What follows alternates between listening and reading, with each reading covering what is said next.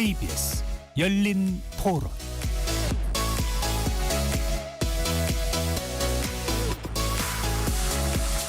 안녕하십니까? KBS 열린 토론 배종찬입니다. 12.3 비상계엄 사태가 일어난 지 50여일, 우리 경제의 비상계엄의 청구서가 하나 둘 날아들고 있습니다. 증시, 환율 등 자본시장의 변동성은 날로 커지고 있고, 수출 부진의 소비 심리는 팬데믹 이후 가장 나빠진 것으로 나타나고 있는데요. 이기적인 계엄 선포의 대가를 5,100만 한국 국민이 할부로 갖게 될 것이란 한 외신의 경고가 현실화되고 있는 모습입니다. 비상계엄 사태가 불러온 파장, 올해 우리 경제에는 어떻게 작용할 것인지 세 분의 전문가와 함께 자세히 짚어보겠습니다. KBS 열린 토론 지금부터 시작합니다. 치열한 토론 속에서 더 나은 세상을 찾아갑니다. 올바른 세상을 만드는 첫걸음. 평일 저녁 7시 20분 KBS 열린 토론. 오늘 열린 토론 함께해 주실 세 분의 전문가 소개합니다. 양준석 가톨릭대 경제학과 교수 나오셨습니다. 안녕하세요. 이동진 상명대 경제금융학부 교수 자리해 주셨고요. 네, 안녕하세요. 조영무 LG 경영연구원 연구위원 자리하셨습니다. 안녕하십니까? KBS 열린 토론 문자로 참여하실 분은 샵 9730으로 의견 남겨주실 수 있고요. 단문 50원, 장문은 100원의 정보 이용료가 붙습니다. KBS 1라디오의 모든 프로그램은 유튜브에서도 함께 할 수 있으니까요. 많이 들어와 주시고 구독 꾹 눌러주시고 좋아요도 많이 보내주시면 좋겠습니다. 먼저 비상계엄 사태 이후 경제에 대해서 많은 분들 우려와 걱정이 뒤따르고 있는데요. 시민분들께서는 어떻게 체감하고 계신지 먼저 듣고 오겠습니다.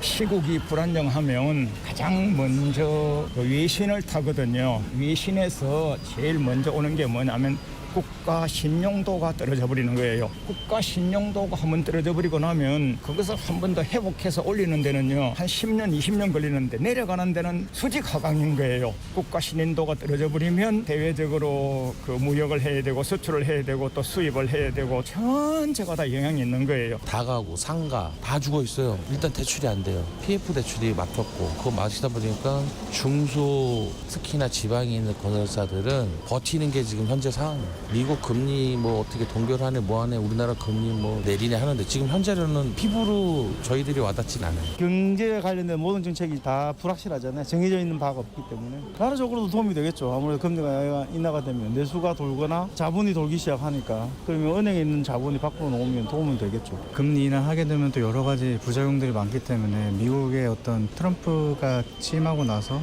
그 이후에 어떤 대응을 하면서 그 미국의 상황에 따라 좀 대응을 해야 될 것 같습니다. 그러니까 미국이 어떤 식으로 금리를 인하를 한다거나 아니면 뭐 관세 같은 경우에도 어떻게 될지 모르니까 그런 거에 따라서 대응을 해야 될, 그러니까 한국만의 판단을 하지 말고 미국이 어떻게 나오냐에 따라서 대응을 해야 된다고 환율 방어도 어느 정도 해야 된다고 생각을 하고, 그거에 따라서 뭐 관세도 지금 트럼프가 어떻게 할지 지금 결정을 한다고 하니까 그런 것들을 잘 봐야 될 것 같습니다.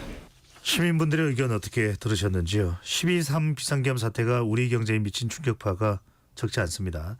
비상계엄 사태 이후 한국 경제 상황, 먼저 세 분의 진단부터 듣고, 종합적인 진단부터 듣고 구체적인 질문으로 들어가겠습니다. 먼저 정무 위원께서는 어떻게 보시는지요? 앞서도 인터뷰에서 자영업자분들 인터뷰가 나왔는데요. 소비가 가장 우려스러운 부분이고요.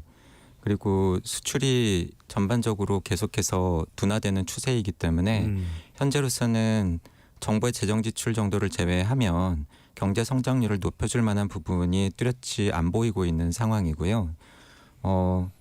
많은 쪽들에서 올해 한국 경제 성장률 전망치를 계속해서 낮추고 계신데 예. 실은 저희는 매년 발표하던 경제 전망을 지난해 발표하지 않았고요. 않기로 했고, 그리고 뭐 정확하게 수치를 말씀드리기는 어렵습니다만 하단을 열어놔야 된다고 봅니다. 네, 하단을 열어놔야 된다.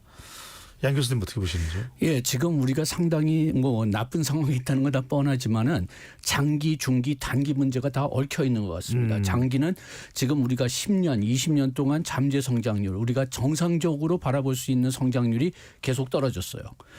거기에다가 중기로는 지금 뭐 인터뷰에서도 나왔지만은 트럼프 리스크, 여기서 트럼프 리스크 뭐 여러 가지 있지만 우리나라에 특히 중요한 것은 관세하고 인플레이션, 예. 거기에 따른 미국의 금리. 그다음에 마지막으로는 우리 오늘 얘기할 계엄령, 그런데 어떤 면에서는 계엄령보다는 거기서부터 비롯된 정치적 혼란 때문에 생긴 불확실성, 요것들이 다 겹쳤기 때문에 하나만 해결해도 성장률이 그렇게 올라가지는 않을 겁니다. 좀 더 나빠지는 것을 막을 수는 있지만은 그렇지만은 요거 하나만 고쳐도 그렇게 크게 나아지지는 않을 거라는 게 좀 염려됩니다. 불확실성을 어떻게 제거할 수 있고 해소할 수 있느냐가 참 중요할 것 같은데요. 이 교수님께서 어떻게 바라보고 계신지요? 그러니까 진짜로 설상가상이죠. 이게 그 이제 계엄 사태가 일어나기 전 11월에 이제 한국은행 전망을 기준으로 보면 23년, 24년, 25년, 26년 4년 평균 경제 성장률이 1.8%인 거예요. 그러니까 침체가 이렇게 오래간 적은 없었던 상황이죠.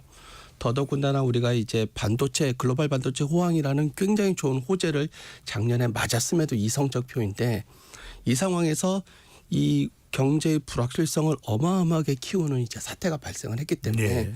이런 것들은 또 이제 특히나 이제 소비하고 투자에 영향을 미치게 되는데 이러니 이제 우리 경제가 지금 굉장히 위험한 상황에 빠졌다라고밖에는 말할 수 없을 것 같아요. 네. 이구동성으로 세 분 전문가께서 위험한 상태에 빠졌다라는 말씀 주셨는데 양 교수님, 지난달 미국 경제 전문지 포브스에서 계엄 사태로 생긴 청구서를 5천만 한국 국민이 분할 지불해야 된다. 상당히 이 의미는 분할이라는 것은 장기전이 될 수 있다는 의미가 될 수도 있을 것 같은데 구체적으로 경제적 손해 어느 정도인지 가름할 수 있습니까? 뭐 추정하기는 굉장히 어려운데요. 그런데 뭐 여기서 좀 힌트를 좀 얻을 수 있지 않았을까 네. 봅니다. 지금 트럼프가 관세를 인상한다는 게 너무나 확실하다고 보기 때문에 중국 같은 경우는 그 수출이 이번에 12월에 한 10%보다 약간 더 늘었어요. 그게 왜 그러냐? 미국에서 그 중국 상품을 수입하는 사람들이 사재기를 한 겁니다. 관세에 올라가기 전에 물품을 사려고. 우리나라는 12월에 수출이 올라가긴 했지만 뭐 중국보다는 더 낮은 관세를 예측해서 그럴 수도 있지만은 그렇지만 이런 사재기 현상이 별로 보이지 않았어요. 12월에는 수출이 한 5.6%만 올라갔고요. 예. 그 다음에 이번 1월에는 뭐 20일까지밖에는 통계가 안 나왔지만 오히려 작년 1월보다는 수출이 감소했습니다. 그리고 이 우리가 계엄령 때린 그 다음 주에 그 기자가 저하고 좀 얘기했을 때 예. 어떤 작은 기업들은 수출을 할 때 수출이 제대로 이루어지는지 좀 확인하자고 보증서를 요구한다고 하더라고요. 예. 그런 면에서 본다면은 우리가 좀 이번에 수출을 늘릴 수 있는 좀 그 기회를 놓치지 않았느냐. 또 환율 시장의 그 상당히 이런 불안정성 때문에 그 한국은행이 금리를 뭐 내리지 못한 거죠. 동결했습니다. 예.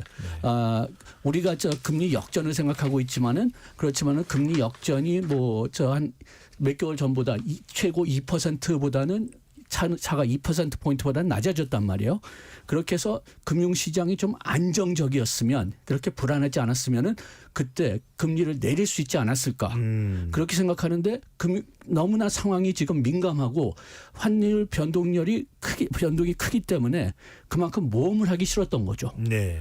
그래서 이것이 다 구체화로 어떤 금액화되려면은 뭐 나중에 통계가 다 나온 다음에 그다음에 이제 계산을 해야 되겠지만은 뭐 조짐은 보이고 있다고 봅니다. 네.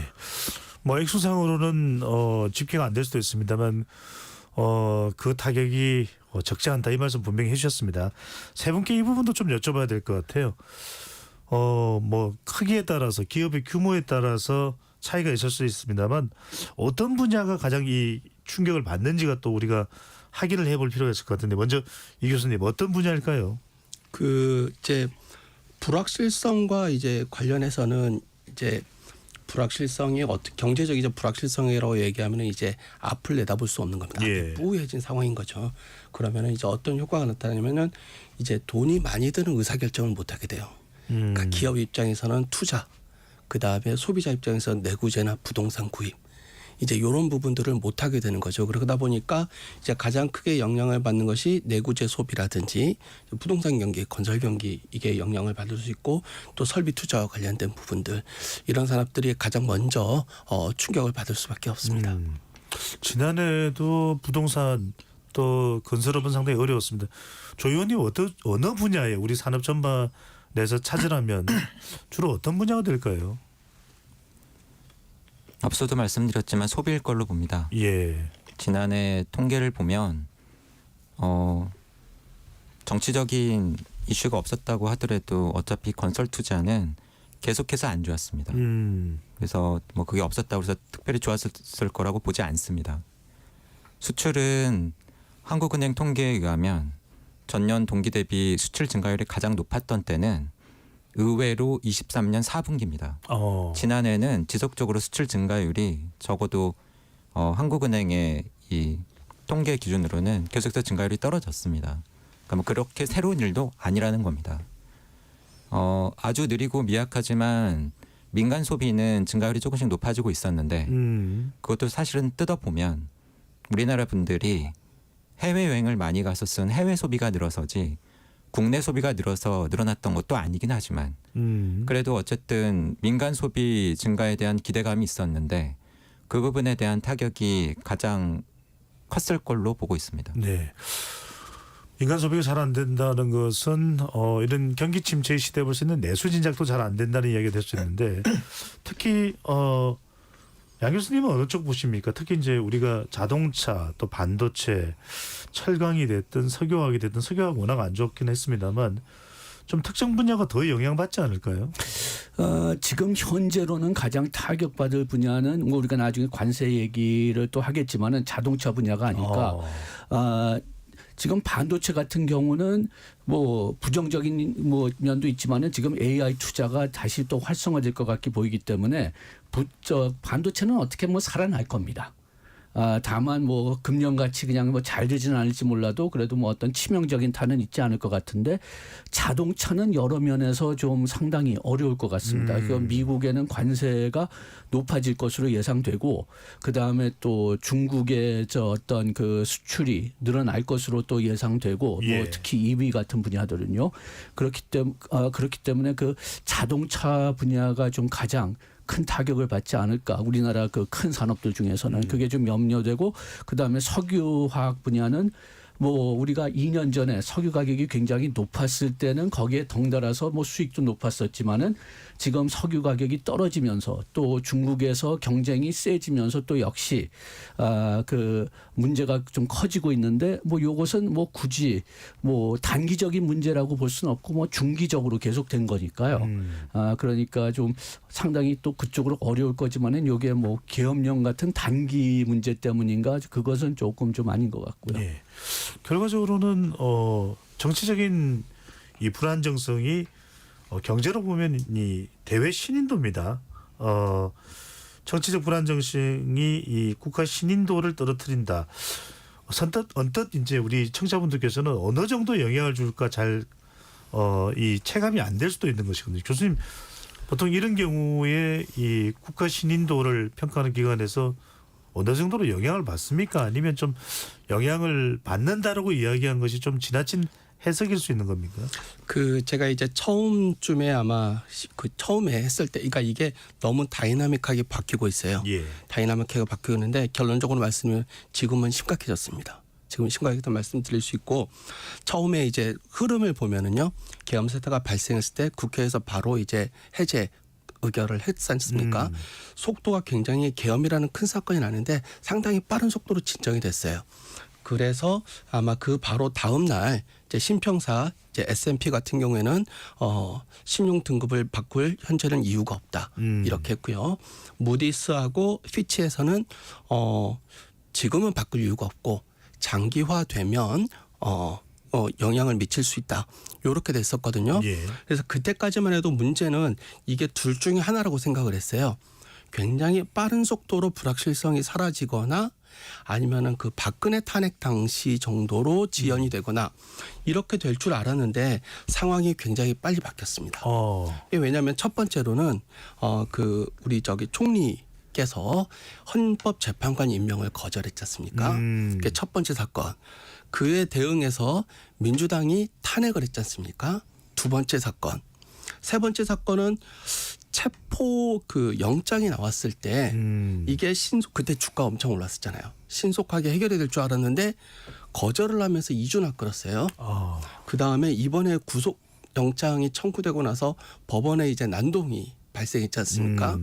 요 사태들은 당초에 기대했던 것처럼 싹 사라질 줄 알았던 게 아니라 이렇게 커져버렸어요.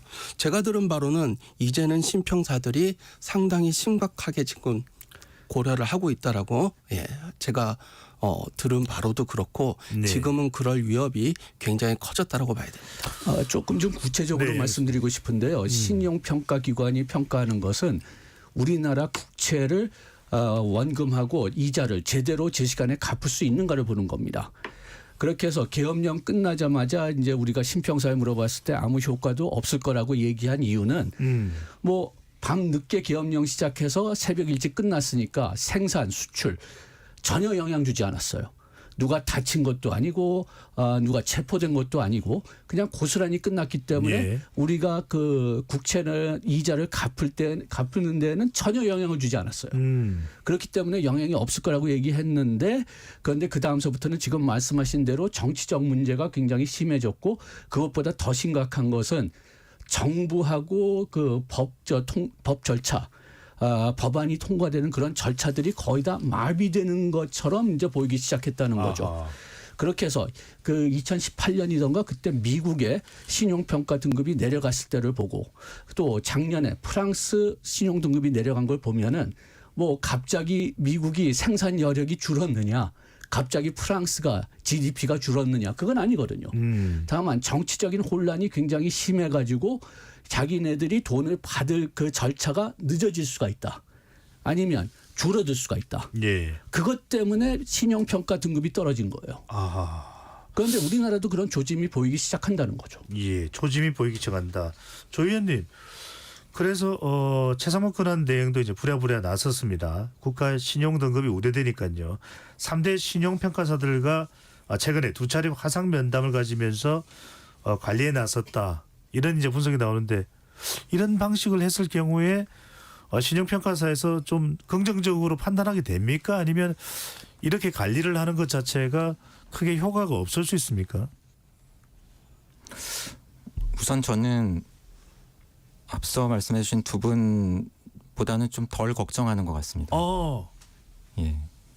그러니까 앞서도 말씀해 주셨던 미국의 국가 신용 등급 강등 때나 네. 프랑스의 사례도 그렇고 그러니까 이례적이지 않습니다. 사실은 저희가 재정 절벽이라고 부르는 미국 의회에서 이렇게 순조롭게 예산안이 통과되지 않고 국가 기능이 마비될 정도로 공무원들의 월급을 못 주는 상황이죠. 예. 그러한 상황이 반복적으로 발생을 하고 그게 1, 2년 만의 상황이 아니고 그런 것들을 지켜보다가 말씀하신 사례 같은 경우에도 피치에서 미국의 국가 신용 등급을 낮출 때 돈을 못 받을까봐라고 그렇게 이야기하지 않았습니다. 한마디로 이러한 재정 지출과 관련된 결정 메커니즘의 안정성이 떨어진다라는 이유를 들었거든요. 한마디로 좀 부정적인 상황이긴 합니다. 하지만 저는 앞으로라도 저희가 어떻게 하는가에 따라서 상황이 빨리 호전될 수도 있다. 근데 그건 우리에게 달렸다라는 말씀을 드리고 싶고요. 네. 그리고 그런 차원에서 보면 지금 질문 주실 때 최상목 경제부총리가 또는 정부가 대응에 나섰다. 예. 뭐 이렇게 말씀을 주셨는데 사실 국가 신용 등급이 그렇게 대응한다고 해서 관리되는 것도 아니라고 봅니다. 뭐 그냥 그쪽에서 오는 사람들 만나서 이야기 잘한다고 유지가 되면 미국하고 프랑스는 왜 떨어졌겠습니까? 그런 게 아니죠. 사실은 앞서도 정치 말씀을 드렸습니다만 그러한 결정 메커니즘이 어떻게 이루어지는가를 보여줘야 되는 거죠. 그래서 뭐 저는 그런 식으로 해서 관리된다고 보지도 않습니다. 네. 조 의원님 말씀 중요한 것이 정상적으로 우리가 작동하는 그 메커니즘을 보여주는 것이 더 중요하다는 말씀인데, 자, 우리 청취자분들 중에서는 이 부분에 대한 관심도 지대하게 높을 겁니다. 이 교수님, 비상계엄 사태 이후에 많은 투자자들 입장에서는 또 주식시장, 또 채권시장 이 부분에 대한 관심인데요. 외국인 투자자들이 이탈하는 것 아니냐 이런 분석도 나오는데, 지난달에 12월이죠. 한국 주식시장과 채권시장에서 빠져나간 금액이 5조 7천억 원에 달한다라는 분석이 나옵니다. 주식 채권시장에 대한 영향은 어떻게 분석을 하고 계신지요? 그 이제 5조 하니까 이렇게 큰 것처럼 보이긴 하지만요. 실제로는 작년에 매달 그 정도 나갔어요.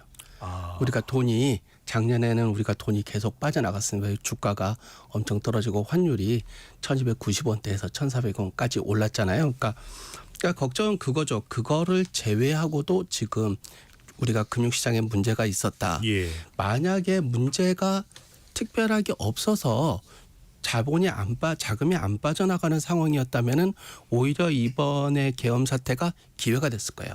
왜냐하면 저평가가 되면은 투자 의견을 바꾸게 되거든요. 근데 이제 계속 빠져나간 상황에서 이렇게 됐기 때문에 아직까지는 이게 저는 계엄의 영향이라고 보지는 않고, 예, 그냥 계속 빠져나가 그 수준에서 크게 변화가 있었던 건 아니고, 다만 아까처럼 신용 등급의 변화가 생기거나 지금의 문제가 더 장기화될 기미가 보인다. 그러면 오히려 더 본격화될 가능성이 있습니다. 네.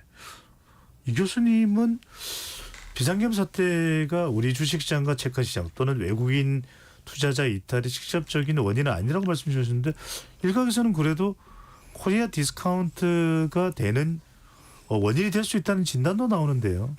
원인이 될 수 있다는 것보다는 하나의 요소를 확인시켜 준 거죠. 그래서 코리아 디스카운트 주원인들을 본다면은 크게 본다면은 뭐 그 기업 지배 구조 문제가 있는데 그거는 우리가 거의 다루지를 못하고, 그 다음에 투명성 문제, 회계든지 경영 투명성, 요거는 조금 이제 우리 밸류업 프로그램에서 좀 다루려고 하고 있고, 정책 불안. 요게 지금 문제인데, 뭐 이번에 계엄령은 정책 불안에 대한 확인을 아주 크게 도장 찍어준 거죠. 예. 그 다음에 또 북한 요소가 있지만은 또 북한 요소는 뭐 지금 뭐 그렇게 중요하진 않은 것 같고요. 그래가지고선 좀 염려되는 것은 지금 이 교수님이 말씀해 주신 대로 작년 계엄령 후에 주식시장 보면은 뭐 내려가진 추세가 뭐 그렇게 크게 달라지진 않았어요.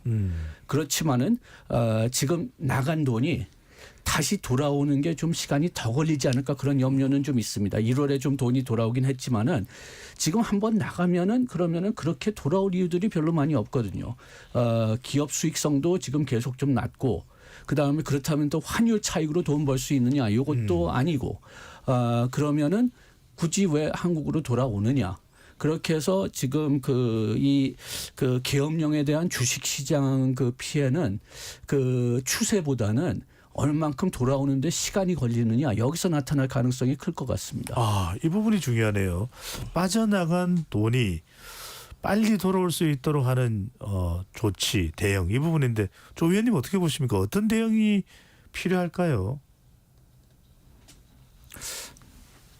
역시 비슷한 이야기인데 저희가 대응한다고 해서 돌아올 걸로 보지 않습니다. 네. 예. 외국인 투자자가 본인이라고 생각을 하시면 어느 나라에 투자를 할 때 그 나라 정책 당국이 조금 대응한다고 해서 투자하시겠습니까? 그거 아니지 않나요? 그 나라 매크로 상황이 좋거나 뭐 경제 성장률에 대한 전망이 괜찮거나 예. 올라가고 있거나, 또는 그 나라 기업들이 산업 경쟁력이 높아지고 있거나 수익성이 좋아지면서 이익을 많이 낼 것 같거나, 또는 그 나라 통화 가치가 앞으로 올라갈 것 같거나 그러면은 들어가는 거 아닌가요? 뭐 물론 일본 같은 경우에는 밸류업 프로그램과 비슷한 제도적인 대응을 통해서 일부 효과를 낸 것 같긴 합니다만, 우리가 그렇다고 해서 그렇게 당장 할 수 있는 것도 아니고 뭐 그러한 움직임이 구체화된 것도 아니고, 그렇다라고 한다면은 사실은 근본적으로 우리 경제가, 우리 기업들이 외국인 투자자들을 끌어들일 만큼 매력적인가, 우리는 산업 경쟁력을 유지를 하고 있는가, 그게 근본적인 부분이라고 생각을 합니다. 네. 조 의원님 말씀 듣고 보니 이번 이제 우리가 외국인 투자자들이 이탈할 때 그런 이야기가 나옵니다. 이 교수님. 좀 시장을 체질적으로 바꿔야 된다. 이 기회에 어떻게 보시는지요? 예, 그 하기 전에 잠깐 제가 약간 그 의원님 그 박사님에게 수정을 가하면은 불확실성이 빨리 거치면은 돈이 들어오긴 합니다. 그러니까 제일 중요한 거는요. 지금의 불확실성, 뿌여 있는 불확실성을 얼마나 빨리 이걸 걷어내느냐가 단기적으로는 제일 중요한 것이고요. 예.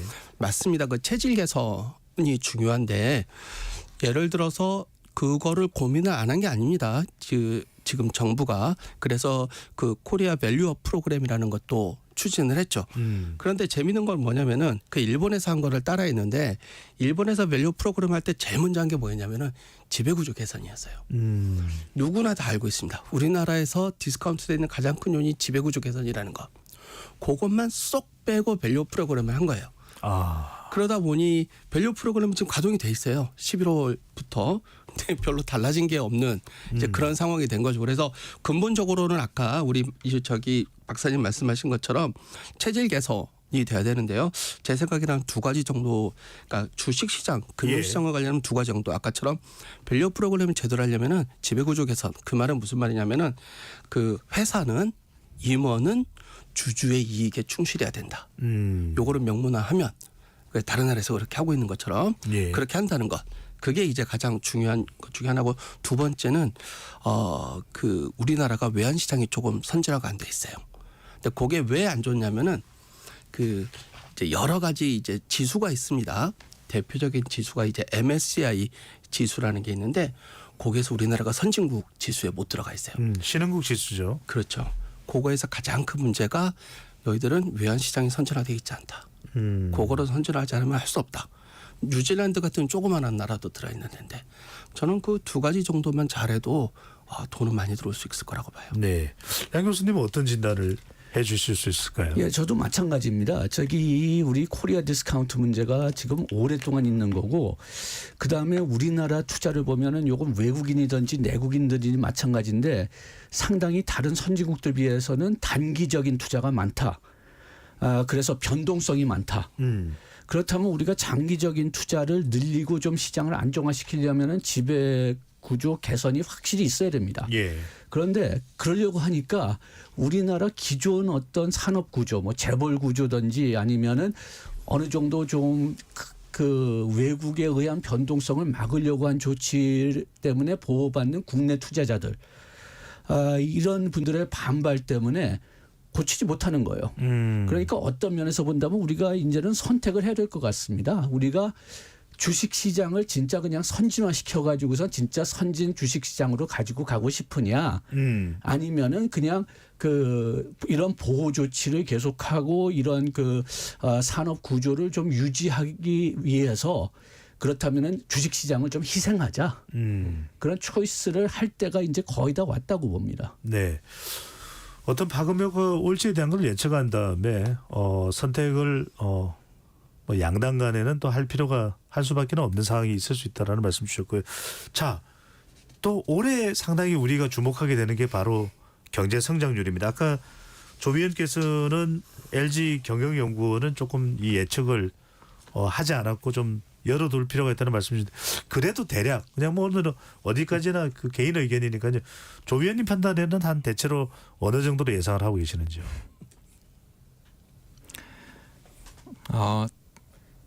이렇게 말씀드릴 수도 있을 것 같습니다. 많이 받았던 질문이긴 한데요. 지난해 11월에 발표되었던 한국은행의 올해 한국 경제 성장률 전망치가 1.9%였죠. 네, 기억합니다. 그때 제가 했던 이야기가 한은도 1.9%라고 말씀을 하시면서도 제가 보기에는 왠지 1.9%가 진짜 속마음이 아니신 것 같다라는 말씀을 계속 드려왔거든요. 그러니까 뭐 가령 이런 겁니다. 11월 한은의 경제 전망 보고서를 보면 저 같은 일을 하는 사람들이 경제 전망을 할 때 그냥 경제 분석으로만 해결이 안 되는 부분들이 있지 않습니까? 가령 코로나 때에는 코로나가 어떻게 될까? 전쟁이 났으면 러우 전쟁이 어떻게 흘러갈까? 이런 것들에 대해서 가정을 하죠. 이 가정과 전제가 매우 중요합니다. 그런데 11월 한은 경제 전망을 보면 트럼프가 대통령에 취임하고 나서 1년 있다가 우리나라에 관세를 매기기 시작할 거다. 어떻게 들리실지 모르겠습니다. 제가 보기엔 사실 쉽지 않아 보였습니다.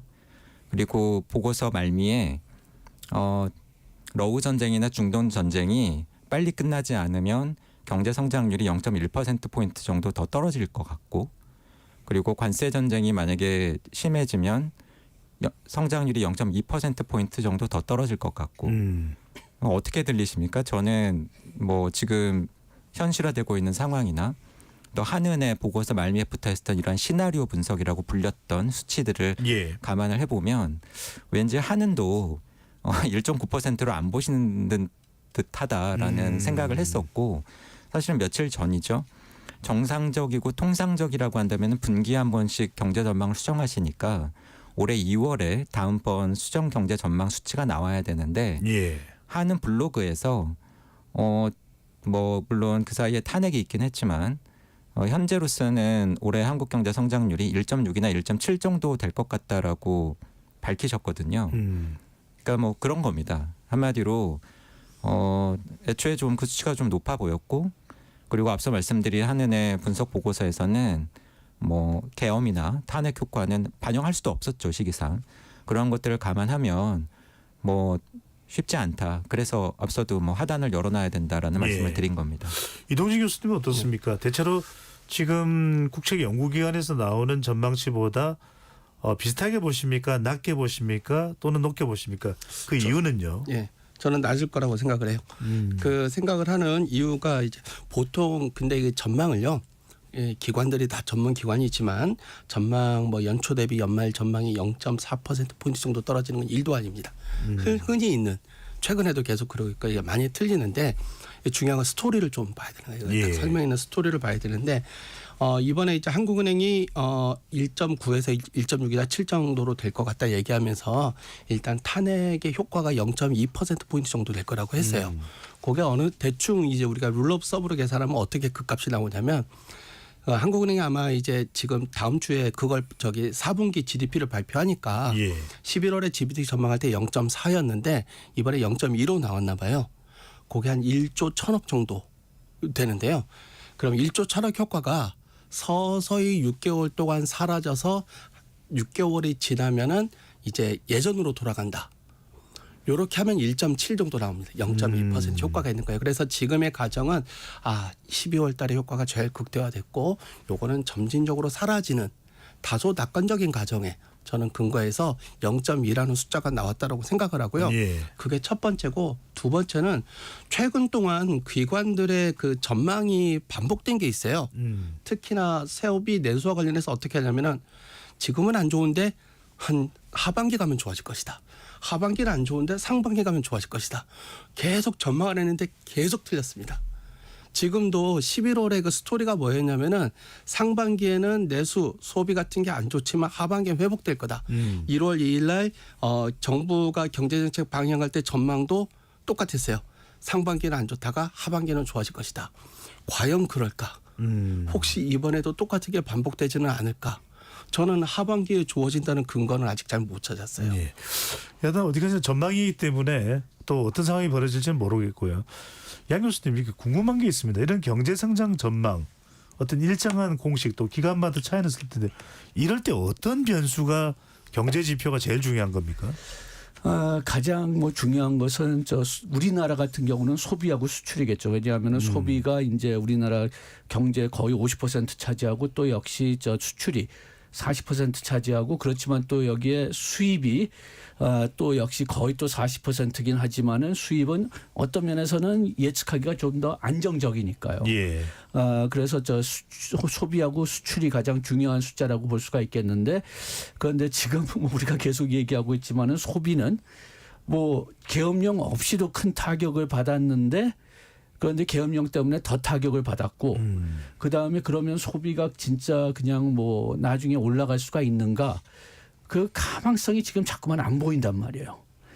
그 다음에 그러면 수출은 그러면은 시간 지나면서 올라갈 수 있는가? 뭐 어저께 트럼프 대통령이 들어왔죠.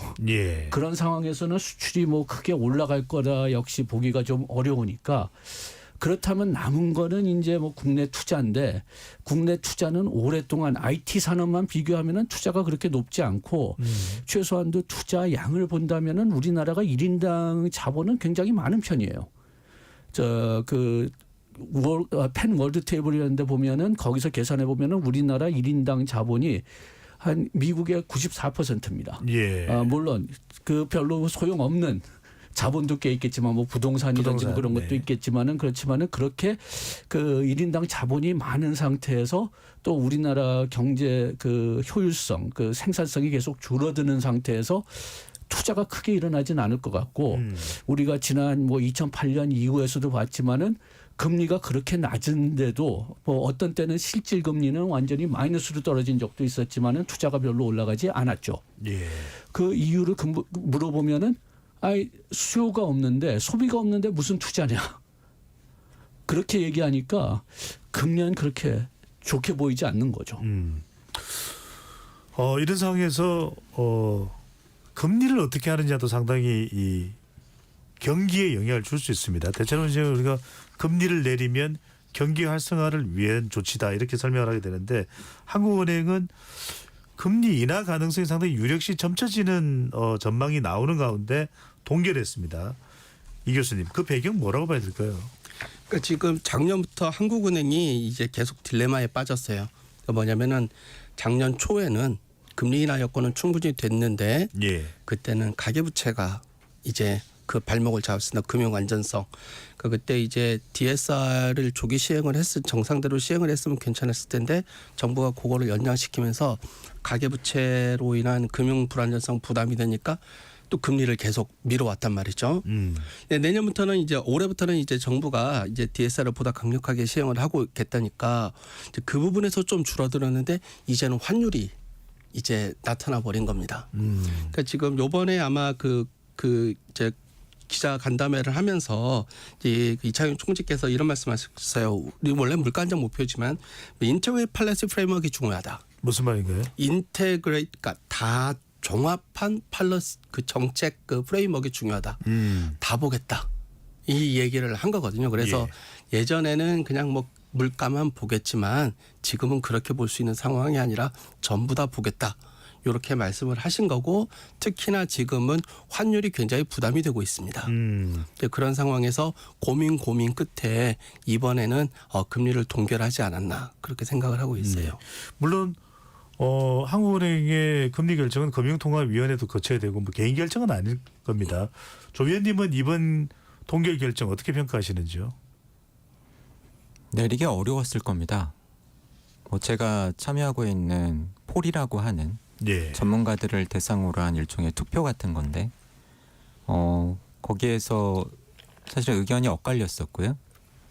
6대 4 정도로 이번에 내리지 않겠느냐라고 하는 의견이 많았지만 사실은 내릴 거라고 예상하셨던 분들은 금리 인하를 많이들 이렇게 기다리시고 이야기하시는 금융시장에 계신 분들이 많았고 저는 사실은 내리지 못할 거라고 했었는데 상대적으로 이런 전망 기관에 계신 분들은 쉽지 않을 거라고 보셨던 걸로 저는 파악하고 있고요. 예.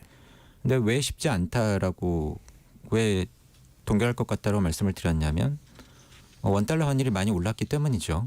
그런데 원달러 환율이 뭐 정말 우리가 뭘 그렇게 잘못하고 우리만 나빠서 그랬느냐 사실은 아닙니다. 원달러 환율이 튀어오르기 시작했던 걸 보면 지난해 가을 공교롭게도 미 연준이 금리 인하를 시작을 한 미 연준의 9월 통화정책 결정 회의가 끝나자마자 달러화가 약세에서 강세로 전환이 됐어요. 그리고 그게 첫 번째 점프였다라고 한다면 두 번째 점프는 11월 초에 트럼프가 미국 대통령이 되면서 또 튀어올랐고요. 예. 이런 미국의 통화정책 변화나 미국의 대통령이 누가 되었는가는 사실 우리가 어떻게 할 수 있는 게 아니죠. 글로벌하고 외부적인 요인입니다. 그것 때문에 원화 가치만 떨어진 게 아니라 정확하게는 글로벌하게 달러화 가치가 올랐던 거고요. 하지만 연말로 오면서 우리 정치 이러한 한국적인 특수한 요인으로 인해서 다른 나라들의 통화 가치가 좀 덜 떨어지거나 도리어 올라갈 때 우리 원화 가치가 떨어졌던 건 사실입니다. 예. 결과적으로 이렇게 환율이 너무 올라가다 보니까 하느니 뭐 금리를 인하하기 부담스러우셨겠죠. 금리를 내리면 원화 가치가 더 떨어질 수 있으니까. 그런데 사실 뭐 이게 꼭 환율만의 문제냐? 앞서 말씀드린 것처럼 미국의 통화 정책이 중요한데 최근에 국제 금융시장의 분위기는 미 연준이 금융시장에 계신 분들이 기대했던 것보다 빨리 금리를 안 낮출 것 같고 또 많이 안 낮출 것 같다는 쪽으로 지금 예상이 빠르게 변하고 있습니다. 예. 이런 상황에서 1월에 미 연준은 통화정책 결정회의 하지도 않았는데 우리가 먼저 그것도 인하로 환율이 이렇게 올라가는데 한다라고 하는 건 사실은 쉽지 않았던 거죠, 애초에.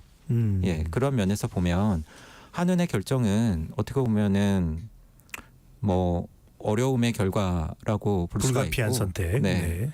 근데 사실 저는 왜 금리 인하가 필요하다고 하실까요? 한은이 금리를 낮추면 사실은 뭐 빚이 많으신 분들의 대출 금리 이자 부담이 줄거나 그래서 소비가 좀 늘거나 그런 것들 그런 효과를 기대하시는 거 아닙니까? 보통 그렇죠. 네. 그러면 사실은 저희가 봐야 되는 건 한은의 정책 금리 인하도 중요하지만 한은이 금리를 인하할 때 방금 말씀드린 진짜로 대출 금리가 떨어졌느냐가 사실은 더 중요한 겁니다. 아하. 근데 지난해 한은은 이미 금리 인하를 하셨잖아요. 10월에도 낮췄고 11월에도 낮췄습니다. 근데 사실 많은 분들이 얼마나 주목을 하셨는지는 모르겠습니다만 한국은행이 매달 발표하는 가중평균 금리 동향을 보면 0.25%포인트 금리를 인하했던 10월에 은행들의 평균 가계대출 금리는 신규 취급액 기준으로 0.3%포인트 이상 도려 더 올랐어요. 11월에 또다시 한국은행은 0.25%포인트 정책금리를 인하했지만 예. 가계대출 금리는 또 올랐습니다. 알겠습니다. 이러한 것들이 왜 벌어지고 있는가. 과연 한국은행이 정책금리를 인하하면 대출금리 인하로 이어질 수 있는 상황이고 환경인가를 보는 게 어쩌면 더 중요하다고 봅니다. 네, 그 맥락을 좀 연결해서 보는 게 필요할 것 같고요. 다른 두 분 교수께서도 하실 말씀이 있을 텐데 이 금리에 영향을 줬던 환율까지 포함해서 2부에서 더 자세하게 이야기를 나눠보겠습니다. 로고 듣고 2부로 돌아오겠습니다.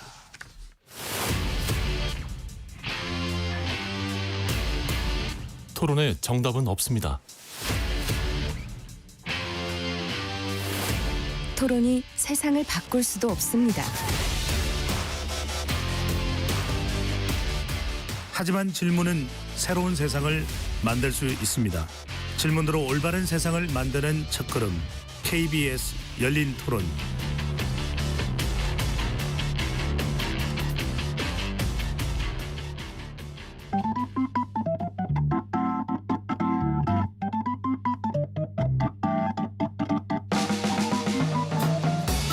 세상을 바꾸는 질문, 열린 토론이 시작합니다.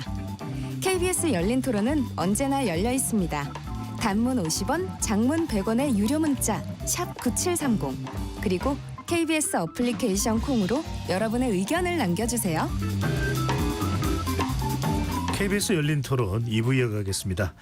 12.3 비상계엄 청구서와 올해 우리 경제에 대한 전망 세 분의 전문가와 이야기 나누고 있습니다. 스튜디오에 양준석 가톨릭대 경제학과 교수, 조영무 LG 경영연구원 연구위원, 이동진 상명대 경제금융학부 교수 세 분과 함께하고 있습니다. 이 환율 이야기 좀 더 깊숙하게 좀 들어가야 될 것 같습니다. 이 교수님, 앞서 이제 조영무 위원께서 한은의 금리 인하 설명하시면서 이 환율도 감안됐을 것이다. 이창용 한은 총재가 정치적인 이유로 환율이 30원 정도 더 올라갔다. 이렇게 밝혔습니다. 정치적인 이유. 이건 어떻게 설명될 수 있는 부분일까요? 그러니까 이게 보통 우리가 달러가 가치가 올라갔느냐 그리고 우리 원화 가치가 떨어졌냐를 구분합니다. 그래서 제일 편하게 하는 방법은 뭐냐면은 달러 인덱스라는 게 있어요.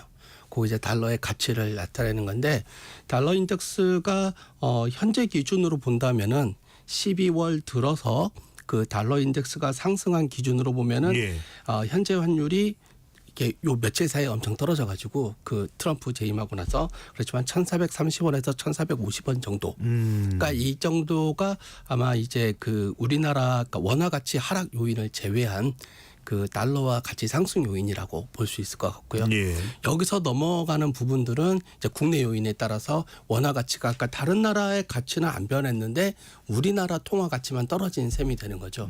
그래서 아마 그거 얘기했을 때가 한 1,480원 정도, 70원 정도 됐고 그때는 이제 그 달러가 한 1,450원 정도 됐을 테니까 그 달러 인덱스가 그래서 한 30원 정도라고 얘기를 한 것 같아요. 네. 그러니까 달러 인덱스가 100 이상 강달러 현상을 보이고 네. 우리는 또 정치 불안정으로 우리 원화 가치가 내려가면서 복합적으로 작동이 됐다. 그렇습니다. 예. 자, 그런데 양 교수님 1,400원대에 머무르고 있는 이 원달러 환율인데 사실 이게 뭐 우리로서는 이제 수출에 영향을 준다든지 또 수입도 에너지라든지 이런 부분 영향 줄 수 있는데 향후에 이 환율 전망은 어떻게 할 수 있을까요? 지금 당분간은 강달러가 계속 될 것으로 보입니다. 그러니까 우리나라 특수 요소를 제외하고 강달러가 최소한도 트럼프 새 정책이 나올 때까지 예. 그때까지는 그 강달러가 확실한데 이제 뭐 새 정책은 이제 1월 말 2월 정도에 나오겠죠. 그런데 그 정책을 그 미국 금융계에서 좋아한다면은 세계 금융계에서 좋아한다면은 그러면은 그 달러가 또 몇 달 더 계속될 수가 있습니다. 다만 그 인플레이션이 날 것 같다. 그렇다면은 좀 미지수가 생기긴 하는데요. 그렇지만은 당분간으로 저는 뭐 개인적으로는 상반기에는 저 달러가 계속 될 거라고 보고 있고 거기에다가 문제를 악화시킬 수 있는 게 그 국내 정치적 환경이죠. 예. 그 아까 우리가 저 일부에서 얘기를 했지만은 국제 정치적 환경이 뭐 지금 좀 안정화되는 기세를 보이고는 있지만은 그렇지만은 이게 다시 불안정화된다면은 뭐 원화가 약화될 뿐만이 아니라 그것보다 더 무서운 것은 변동성이죠. 그 우리가 그 한덕수 총리 그 대통령 대행이 탄핵받는 날 오전에 원화가 20원 깎였습니다.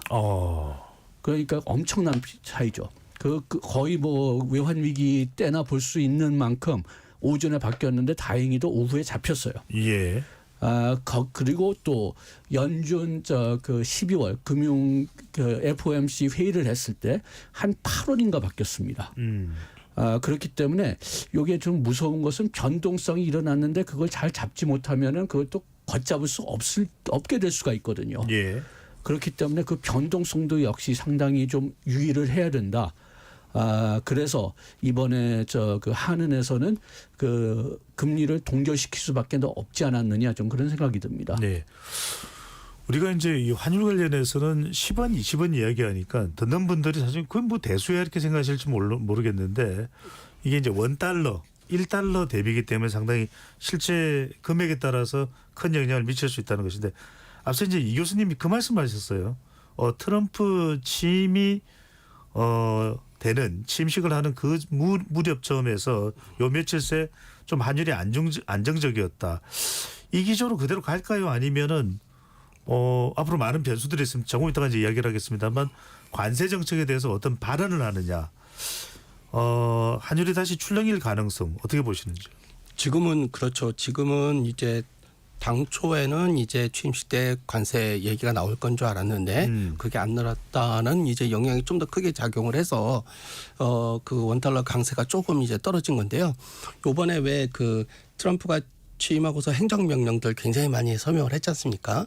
그 중에서 이제 그 퍼스트 아메리카를 위한 그 이제 트레이드 정책 요 행정명령에도 서명을 했어요. 네. 그럼 거기에 보면은 상무부, 재무부, 국토안보부, 국방부까지 4개가 주축이 돼서 지금 트레이드 정책인데 지금 국방부랑 국토안보부까지 들어갔습니다. 그래서 지금 관세를 포함한 모든 정책을 다 지금 조사해라. 그리고 그중에서 가장 핵심적인 정책들이 몇 가지 있는데 거기에는 관세도 들어갑니다. 그거를 4월 1일까지 보고하라고 하는 행정명령에 서명을 했어요. 그러면 아마 그동안은 지금은 이제 그 분석이 이제 일어날 텐데 4월 1일에 가서 최종적으로 정책 방향이 수립이 되었을 때 결국 어떻게 될 것인가에 따라서 그러니까 달러와의 가치는 이제 크게 바뀔 가능성은 여전히 남아 있다고 보면 될 것 같습니다. 네. 국내 요인도 뭐 추가적으로 양 교수님 있을까요? 국외 요인은 방금 전에 말씀하셨던 대로 트럼프의 이제 경제 정책이 이제 환율에 영향을 줄 수 있는 부분이고요. 국내 요인이 뭐 정치적 불안정 외에 뭐 추가적으로 우리가 생각해 볼 내용이 있을까요? 뭐 가장 큰 염려는 우리나라의 생산성이 계속 떨어지고 있다는 거죠. 그래가지고선 우리나라의 그 성장률도 계속 떨어지고 있고, 그거를 우리가 좀 어느 정도 알았기 때문에 맨날 우리가 개혁의 필요성은 얘기하고 있고, 과거 정권에도 개혁의 필요성을 얘기는 했지만은 구체적으로 나온 거는 별로 없고, 예. 국회 통과된 거는 더 없습니다. 그렇기 때문에 요거는 지금 계엄령 그 문제 그게 다 해결된다고 해도 계속 남은 과제고, 요거를 해결하려면은 우리가 개혁 필요한데, 개혁하려면은 최소한도 초기는 굉장히 좀 경제에 긍정적인 역할보다는 부정적인 역할을 할 수가 있거든요. 그 해고 늘어나고 기업 그 폐쇄되고 그렇기 때문에 우리가 확실히 이 생산성을 올리려면은 그런 노력을 해야 될 텐데, 그런 노력을 할 수가 있느냐? 그게 지금 굉장히 좀 걱정되는 요소고요. 네. 그 다음에 그렇게 되니까 좀 우리나라 경제에 대한 그 신뢰성이 지금 뭐 우리가 지금 여기서 주로 얘기하고 있는 것은 뭐 계엄령에 따른 단기적인 신뢰성이지만은 장기적인 신뢰성도 좀 어떻게 될지 않을까.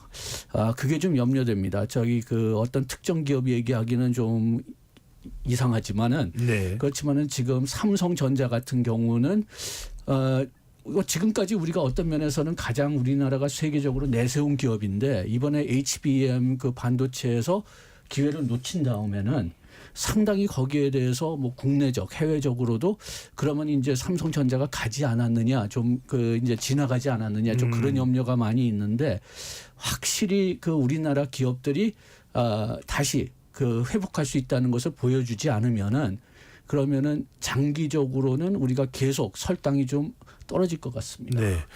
우리 국가 경제에 대한 신뢰도, 신인도, 또 기업에 대한 경쟁력, 신인도, 이런 부분들이 다 이제 우리 통화 가치에 영향을 줄 수 있는데, 자, 트럼프 노믹스, 트럼프 2.0 그러면 조 위원님, 가장 우리가 먼저 생각할 수밖에 없는 것은 관세입니다. 중국 시진핑 주석과 통화했다고는 하지만 바로 또 오늘자에 나온 보도는 중국에도 관세를 물리겠다. 자, 이 트럼프의 보편적 관세 정책 시점만 달리할 뿐 시행 가능성이 매우 높다고 점쳐지고 있는데, 우리 수출이나 우리 경제에 미치는 영향 어떻게 봐야 될까요? 저는 사실은 뚜껑을 열어봐야 된다고 봅니다. 예. 그러니까 많은 분들이 그러시겠죠. 취임식을 했는데 우리가 가장 궁금한 건 도대체 우리한테, 다른 나라들한테 언제쯤 몇 %의 관세를 얼마나 매기겠다라고 하는 건지 그걸 좀 알려주면 좋겠는데, 속 시원히. 근데 안 알려줬다라고 나오지 않습니까?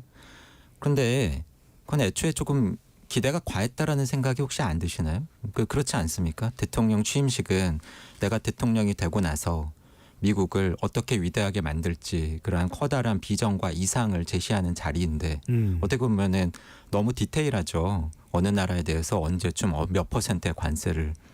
그리고 이게 그런 부분도 있고, 동시에 트럼프 입장에서도 좋은 점과 안 좋은 점이 동시에 있는 정책이라는 겁니다. 관세를 매기게 되면 좋은 점은 관세 수입이 느니까 뭐 그렇지 않아도 미국의 재정 적자가 문제라고 하는데, 뭐 이러한 정부 재정 문제도 완화되거나 해결이 될 수가 있고, 예.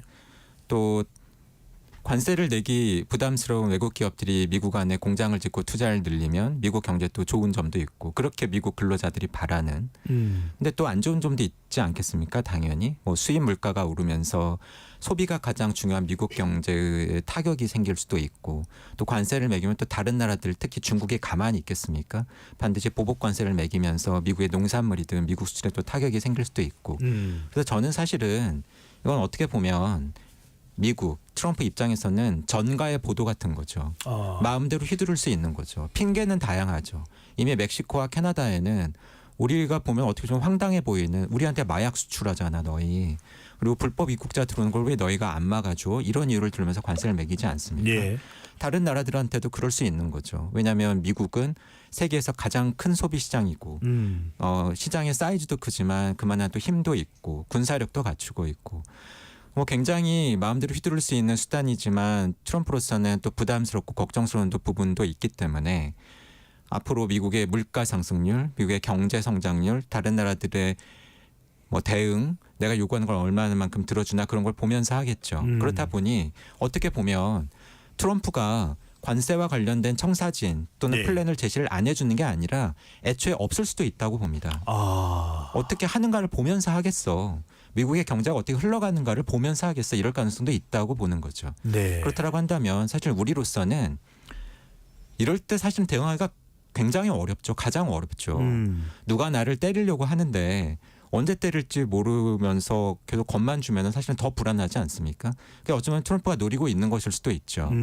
이럴 때 우리의 대응은 언제 상대방이 주먹을 날리더라도 내가 어떻게 대응할 것인가를 미리 사전에 면밀하게 계획을 하고 연습도 하고 체력도 기르고 이러한 방법밖에 없다고 네. 생각을 합니다. 양 교수님. 예, 부분적으로는 제가 조 의원님하고 아주 강력하게 동의하는데 관세는 때릴 거라고 봅니다. 그 이유가 뭐냐 하면은 취임사에서는 얘기하지 않았지만은 그 얘기하지 않은 이유 중에 하나가 최근에 와가지고선 그 관세에 대한 미국 국민들의 생각이 설문조사에 의하면 좀 뒤집혔어요.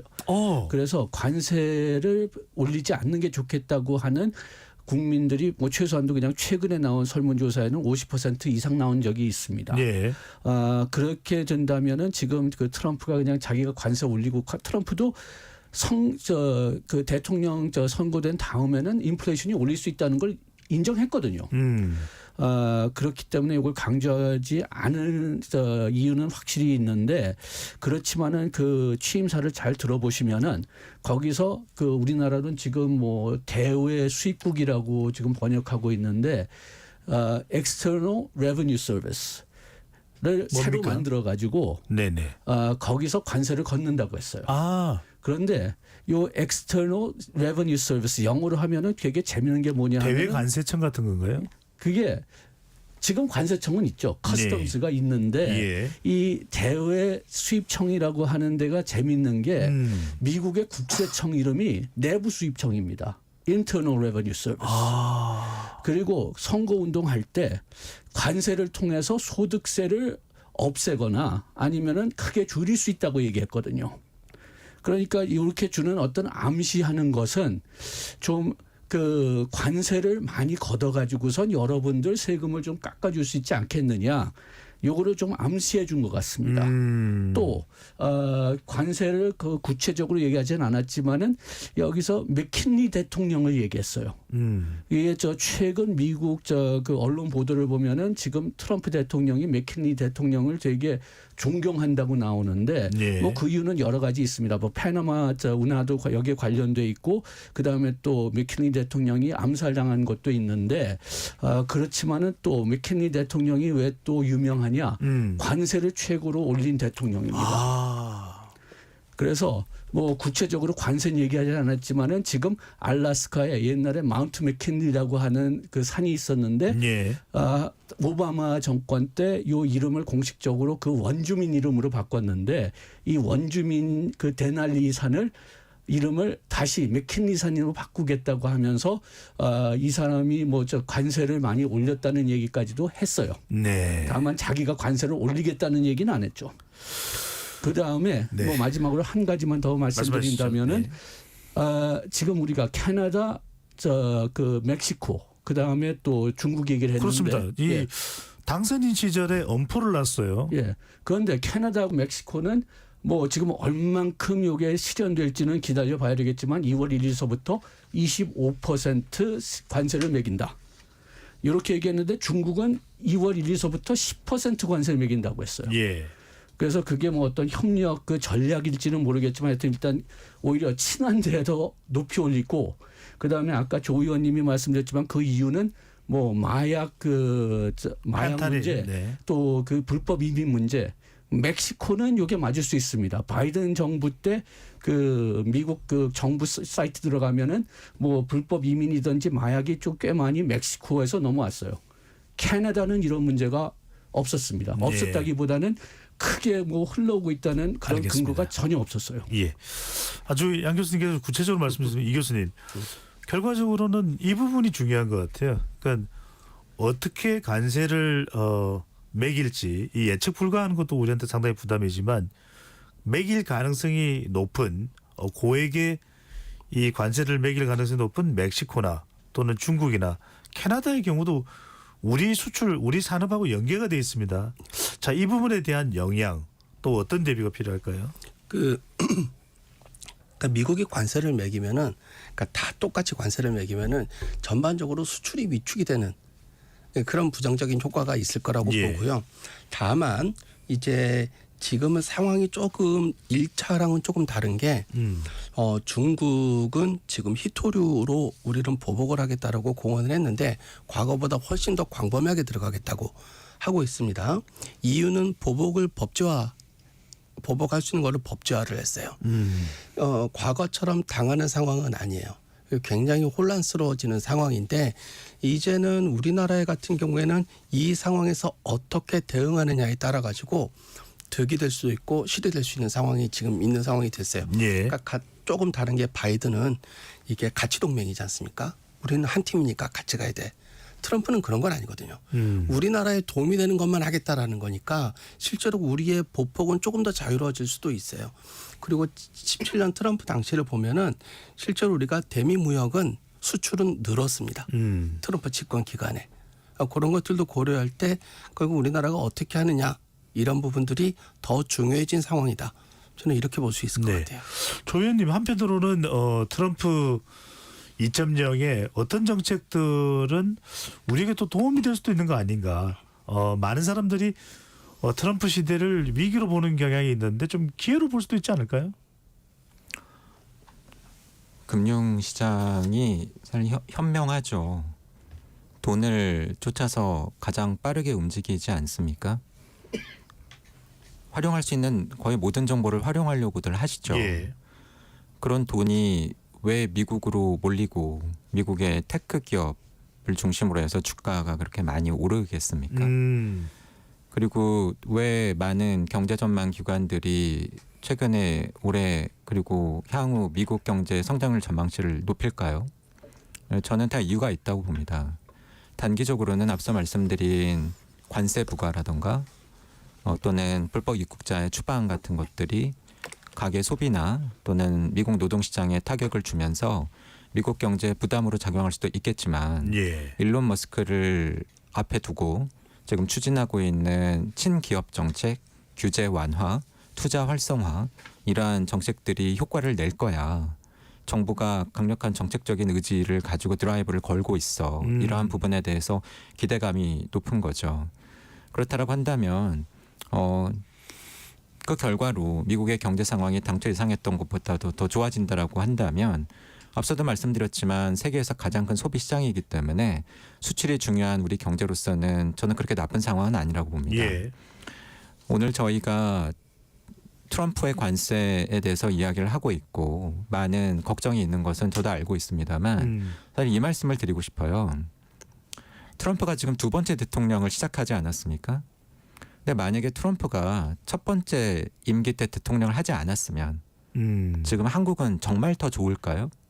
만약에 트럼프가 대통령이 돼서 중국에 대해서 강력한 견제를 시작을 하고 미국을 중심으로 한 서플라이 체인 공급망에서 중국을 밀어내지 않았으면 어쩌면 한국 경제나 한국 기업들은 더 어려울 수도 있지 않았을까요? 이렇게 생각을 해본다라고 한다면 분명히 지금은 더 어렵긴 하죠. 그래도 일기 때에는 보편 관세 이런 건 없지 않았습니까? 한국한테까지도 다 똑같이 이렇게 관세를 매길 거야 이러지는 않았죠. 예. 분명히 더 어려운 상황인 건 맞습니다만 상황을 그렇게 비관적으로만 볼 것이냐 알겠습니다. 저는 그건 아니라고 봅니다. 예.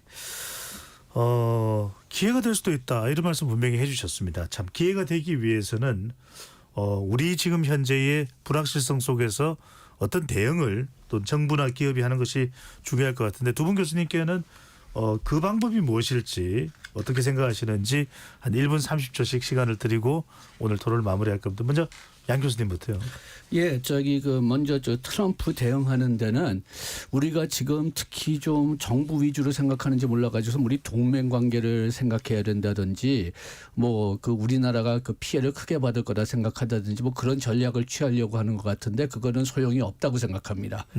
오히려 우리나라 기업들이 좀 앞서가지고선 미국 기업들, 우리나라 중간 상품을 사용하는 기업들, 소비자들 그리고 유통업체들하고 합쳐가지고선 요것은 미국 국민의 피해가 될 거다. 요거를 강조해야지만 좀 우리의 그 무역 관세 같은 문제들을 좀 그래도 좀 해소시킬 수 있다고 보고요. 그다음에 제 생각으로는 우리 미국 시장 타격은 의외로 크지 않을 수 있을 것 같아요. 10% 관세를 받아도. 왜냐하면은 자동차 같은 데는 미국의 그 생산 시설이 있긴 하지만은 캐나다하고 멕시코하고 또 묶여 있거든요. 우리나라도 마찬가지니까. 그러니까 네. 다 같이 나빠지는 겁니다.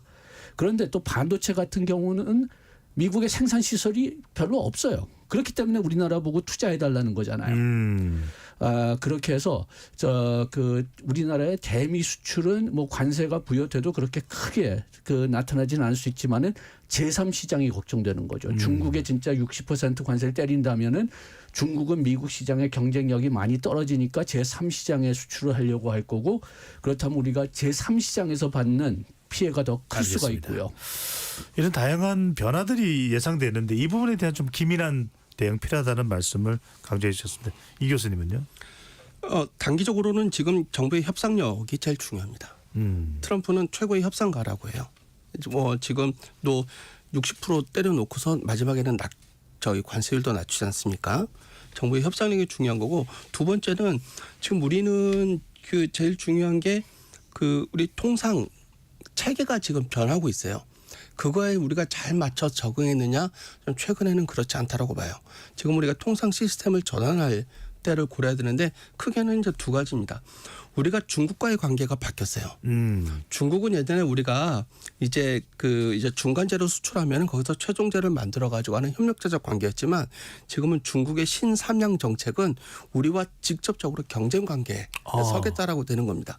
그럼 이제는 중국과의 관계가 옛날에는 9대1로 협력자적 관계였다고 한다면은 지금 5대5로 경쟁자와 협력자적 관계라는 거예요. 그럼 우리는 다른 시장이 있어야 돼요. 그러니까 다른 시장을 개척하는 것 그리고 그거는 파는 시장도 있지만 GVC 흔히 말하는 글로벌 가치사슬 글로벌 우리가 공급망 구조를 변환시키는 것들을 생각을 해봐야 되는 거예요. 그렇다면 지금 전부 없앤 정책들이 있습니다. 신남방, 신북방. 요거 다시 어떻게 만들 것인지 고민해야 되고 그다음에 중국은 지금 미국이 안 좋으니까 라틴 아메리카로 가고 있어요. 예. 우리는 한 번도 시장이라고 생각해 본 적이 없는 곳인데 중국은 그리로 갔습니다. 지금. 우리도 한번 알겠습니다. 시장을 좀 더 넓게 바라볼 필요가 제가 있을 것 같아요. 10초만 좀 얘기할 수 예, 있다면요. 10초만 드리겠습니다. 네. 트럼프 정책이 인플레이션을 가미할 가능성이 크고 그럼 미국 금리가 안 떨어질 가능성이 크기 때문에 우리 거시경제 문제도 상당히 신경을 써야 됩니다. 우리 가계부채, 기업부채를 떨어뜨려야 돼요. 네. KBS 열린 토론 이것으로 마무리하겠습니다. 전달 사항이 있습니다. 제주항공 여객기 참사 관련 유언비어 및 모욕성 글과 영상을 무분별하게 게시하는 행위는 심각한 범죄이므로 관련 행위는